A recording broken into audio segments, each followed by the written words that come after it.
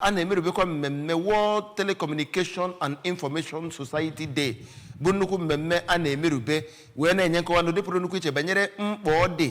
na a na-agbasa ozi dịka oge anyị nọ n'ime ya bụ oge dijital ka ụmụ nwaanyị na ụmụaka ụmụ nwaanyị na-etolite nwee ike ịdị na-erite erere na ya mana sikwa otu a na-etinyekwa oke nke maka mgbanwe anyị nọ n'ime ya n'usoro dijital. Emmanuel Okonkwo kpụtara anyị akụkọ a.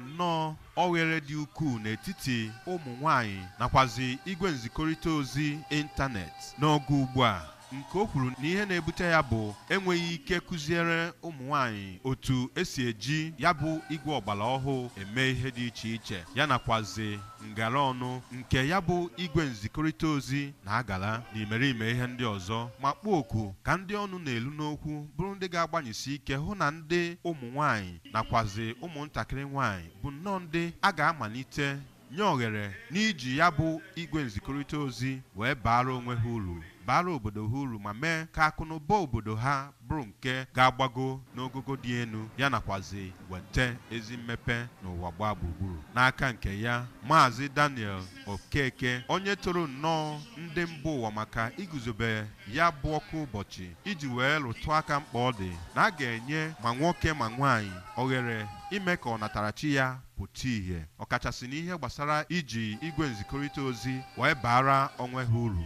ma dọọ ụmụ nwaanyị aka na ntị ka ha ghara ịwụta ihe mmemme a dịka oge iji wee je maa ụmụ nwoke aka ma ka ha hụta ya dịka oge iji wee mụta otu esi eji ya bụ igwe nzikọrịta ozi aba uru maka ọdịmma ha nakwazi ọdịmma obodo gbaa gburugburu. Site n'Awka, abụ m Emmanuel Okonkwo.